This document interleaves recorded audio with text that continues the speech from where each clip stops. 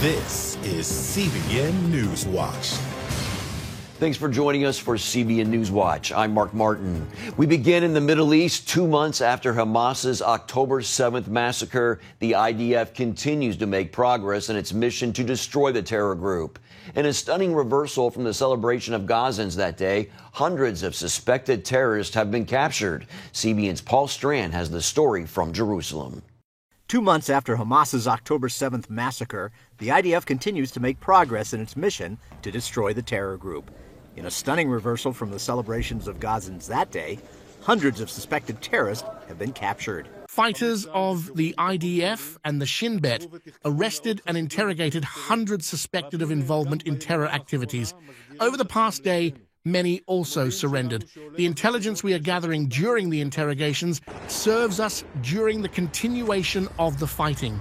The intelligence gathered may well help the IDF know more about the 138 hostages still inside Gaza. The IDF also announced they killed 2 high-ranking Hamas intelligence terrorists. It also announced Hamas is reportedly firing rockets out of safe zones. The IDF also included Khan Yunis, the second largest city in Gaza, as part of its evacuation zones.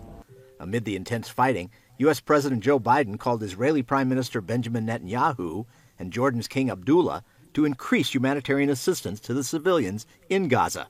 He emphasized the critical need to protect civilians, provide corridors to safe zones, and separate them from Hamas. In talking to reporters after meeting with United Kingdom Foreign Secretary David Cameron, the U.S. Secretary of State gave his strongest public criticism yet of Israel's military operation in South Gaza. With Reuters reporting, he said there was a gap between Israel's intention of protecting civilians and the number of casualties. But the Israeli Defense Forces report that Hamas is launching rockets from inside humanitarian zones that have been established to give civilians a safe refuge. And another challenge for Israel is that Hamas uses its own people as human shields. Israel says it's supplying aid and provided Gazans with maps to get away from the fighting. Still, Israel says it's working to increase the number of aid trucks going into Gaza. Beyond Gaza, more attacks. Early Friday morning, the U.S. Embassy in Baghdad was hit by a rocket attack, the first attack since the beginning of the Israel-Hamas war. There were no casualties. And Prime Minister Netanyahu warned Hezbollah that if it started an all-out war, Israel would turn Beirut and South Lebanon into Gaza, while encouraging Israeli forces. We are determined to bring victory, and we will do it with your help. But for now, the focus remains on Israel's assault on Hamas in Gaza, with international pressure growing for Israel to finish the job. Paul Strand, CBN News, Jerusalem. Middle East Bureau Chief Chris Mitchell joins us now from Jerusalem. Chris, the UN Security Council was set to meet later today for a vote on a possible immediate ceasefire. What do you expect will happen? Well, Mark, I would think that the U.S. is going to veto that, and there'd be no change in the status quo. With that U.S. veto, Israel can still go ahead and continue its military campaign. There's still enormous international pressure for a ceasefire, and in Paul's report, you see the U.S. is actually getting more critical of the United States, but it's still the main player in terms of the ceasefire, that is the United States, but they're on a shaky timetable. The IDF is on a diplomatic clock, and the U.S. really has a lot of leverage, Mark, with resupplying Israel with weapons, and that's the fuel that Israel needs to continue to fight against Hamas. And you hear President Biden continue to talk about humanitarian aid and protecting civilians. It's really something Israel's been doing in every conflict with Hamas since about 2008. They provide information, how to get out of harm's way. And, people like Colonel Richard Kemp, he used to be the British commander of forces in Afghanistan. He said there's really a double standard against Israel. Other militaries in the world don't have the kind of fighting restrictions that IDF has when they're fighting Hamas. We see hundreds of suspected Hamas terrorists surrendering. What does that tell you about the fight against Hamas? Well, at least in northern Gaza, Mark, it's a sign that they're weakening. Apparently, hundreds have surrendered. You have video of them going in trucks back to Israel. Could be an intelligence windfall. It could help locate many part of these hostages. And it looks like northern Gaza itself has really maybe fallen completely. And what impact is going to have on the south? It really is a stunning reversal from 2 months ago on October 7th. You had Gazans celebrating, desecrating the captured as they would drive through the streets of Gaza. Now they're the ones that have been captured in the streets of Gaza. Chris, the UK Foreign Secretary is criticizing Israel's military operation in South Gaza, saying there is a gap with Israel's intention of protecting civilians. Why the criticism, and what is the Israeli military doing to protect civilians? Well, the criticism probably comes from political pressure, but I can tell you what the IDF does is send leaflets. They've dropped millions, more than 1 million leaflets in northern Gaza.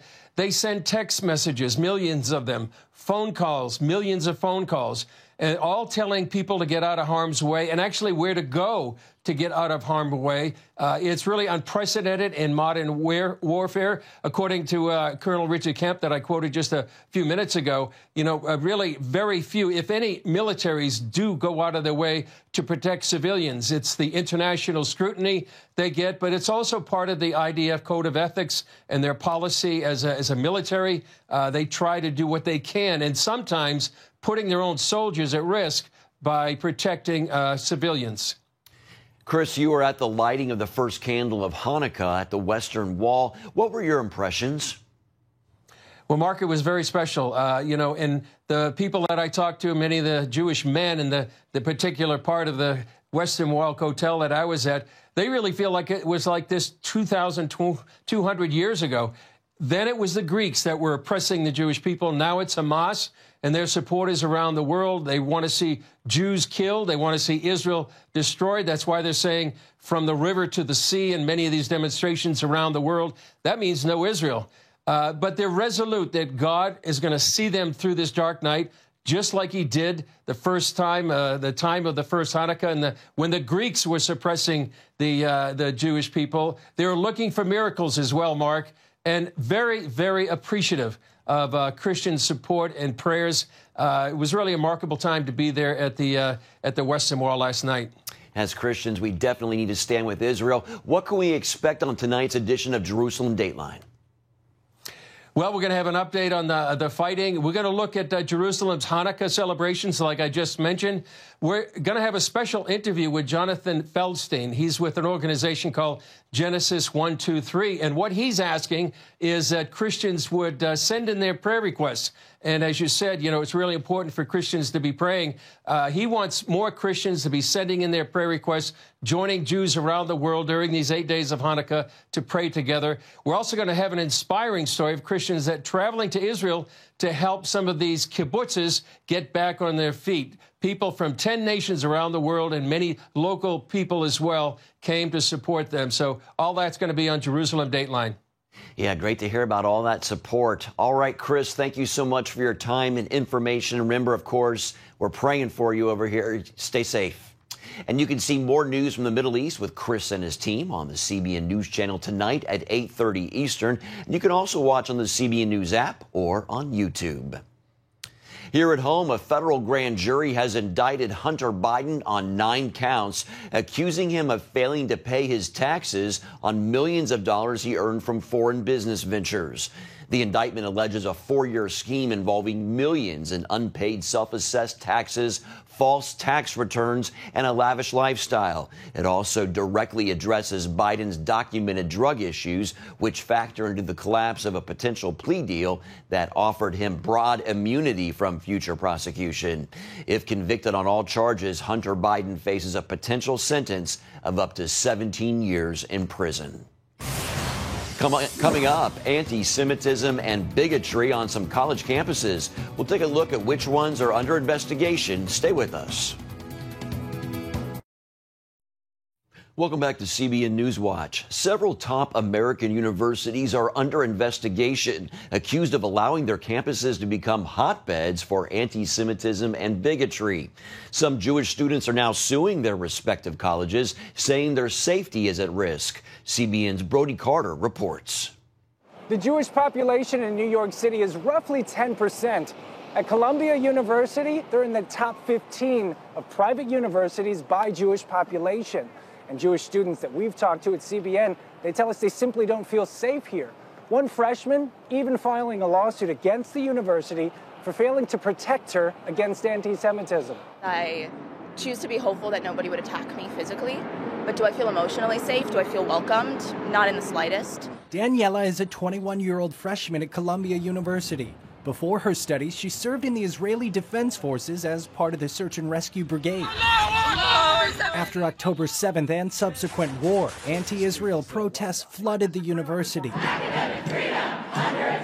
Daniela even received death threats on the anonymous social platform SideChat. She's now suing the university for allowing anti-Semitism to thrive. I'm asking for the administration to step in and ensure that anti-Semitism cannot run free on my college campus. And I think that's the minimum. We're talking not just about verbal harassment, anti-Jewish epithets being hurled at Jewish students as they walk to class, for example, but we're also talking about acts of physical violence. Mark Ressler, partner at Kasowitz, Benson & Torres, is representing Daniela. He's also suing NYU on behalf of 3 other Jewish students, alleging civil rights violations for its anti-Semitic educational environment. The schools we're looking at are viewed as among the most elite universities in the country. We're talking about Columbia, Harvard, MIT. The fact that these institutions of higher learning have permitted their campuses to become hotbeds of bigotry is a very sad fact. Plaintiffs are asking universities to follow their federal obligations, specifically under Title VI of the 1964 Civil Rights Act, which protects Jewish students from hatred and bigotry. In an email, Columbia acknowledged the lawsuit and the Department of Education's investigation of 7 colleges of reported incidents of anti-Semitism. Posters of Israeli hostages have been spread throughout New York City streets. Many have been defaced, even torn down. Now Jewish community leaders are calling it for what it is. This is terrorism. This terrorism. You have to realize that you can. It is so dangerous to ever say that murder of innocent civilians as a strategy, not as an unfortunate byproduct of war, as a strategy to seek out children and women and to kill them horrifically. If that is your strategy, your response to the oppression, that is a moral response that can, a caliber of immorality that can never be sanctioned. Rabbi Dov Yanakorn leads a Jewish community of more than 1,300 students and young professionals at Chabad House Bowery near NYU. He says the spike of assaults, vandalism, and harassment against Jews have led to a 30% increase of young Jewish students leaning into their faith. Right, this is horrific, but thank God the Jewish people react well under fire, and this has caused such an explosion of Jewish life and Jewish community and Jewish optimism and Jewish faith and Jewish practice. The rabbi says recent events, however, have parents reconsidering sending their kids to NYU and other universities in question. These problems are coming from the top down. This is not... These are educational institutions that come with a bias and agenda. Educational consultant Jennifer Brozo says the failure of certain universities to stand against anti-Semitism is having a negative impact on early school choice. Unfortunately, it's a little bit too late, and a lot of students have these schools are off their list, and they're going to other schools. Whether these investigations and lawsuits tarnish the Ivy League reputation is yet to be seen. Now Jewish leaders encourage allies and partners with the Jewish community to stand against anti-Semitism as the fight makes its way to our nation's capital. Reporting in New York City, Brody Carter, CBN News. Still ahead, see what's being done to foster U.S. support for Israel. You're watching CBN News Watch. Welcome back to CBN News Watch. As the Israel-Hamas war continues, a unique endeavor is underway to encourage U.S. support for the Jewish state. It includes bringing the history of Israel to American communities. Charlene Aaron shows us how it's being done. The traveling exhibition of the National Library of Israel features 18 highlights from the library's collections. The goal is to inspire personal reflection on Israel and its history as it fights for its security and preservation. The library is really thinking of itself as playing the role of reviving the spirit and the soul of the country. Despite the October 7th attack and ongoing fighting, the newly renovated National Library of Israel officially opened October 29th in Jerusalem. While operating on a limited basis in the Holy Land, a world away in Virginia Beach, its treasures showcase the country's humanity in the face of inhumanity. National Library of Israel USA CEO Adina Canfield gave CBN News a tour of the gallery at the Reba and Sam Sandler family campus. Here she points out a note from Hungarian Jewish poet HAMAS'S, who was executed for helping Jews escape the Holocaust. She says, "My dear beloved mother, I have no words. You alone will understand why there is no need for words. With endless love, your daughter." Local leader and library board member Art Sandler hosted the community event and explained why the display came to Virginia Beach. When I started learning about the library, I just couldn't believe what was there. I live here, so I wanted my friends and family and my community to see it. Sandler hopes the exhibit can raise awareness and support for Israel in the face of growing anti-Semitism. Apart from standing with Israel, there's this issue of Jew hatred that's just really come to the surface, and it's terrible. And so we have to do everything we can to combat that on the home front. That includes a focus on what's happening on college campuses, according to David Makovsky of the Washington Institute and president of the library's U.S. affiliate. A lot of these people are chanting things from the river to the sea. You're talking about eliminating one whole people. So I think the library is going to be there to, not to get political, but to bring people together around ideas of knowledge. Makovsky also pointed out how the library's old building in Israel is being used as a classroom during the war. They're not in their schools, and they've been been displaced, and the library's trying to fill that gap and have special programming for the kids so that they don't miss the regular experience of being a kid and going to school. Many visitors came away inspired after taking in the history. The terrifying ordeal, it's a page taken from the Holocaust, what they did to us. And it is refreshing in a way to be reminded of how much we have given to the world. It's so important to have this library open now and to show the world that we're still existing, that we still have hope. Charlene Aaron, CBN News. Coming up, we take a look at how Hanukkah is being celebrated in Jerusalem despite the ongoing war. Stay with us. Download the CBN News app, 24/7 news from a Christian perspective at home or on the road. One place for all of your news. Breaking news alerts. Set daily prayer goals and pray for news stories. Read the most important news and watch CBN News Channel live. CBN News, because truth matters. Go to cbnnewsapp.com to get the app today.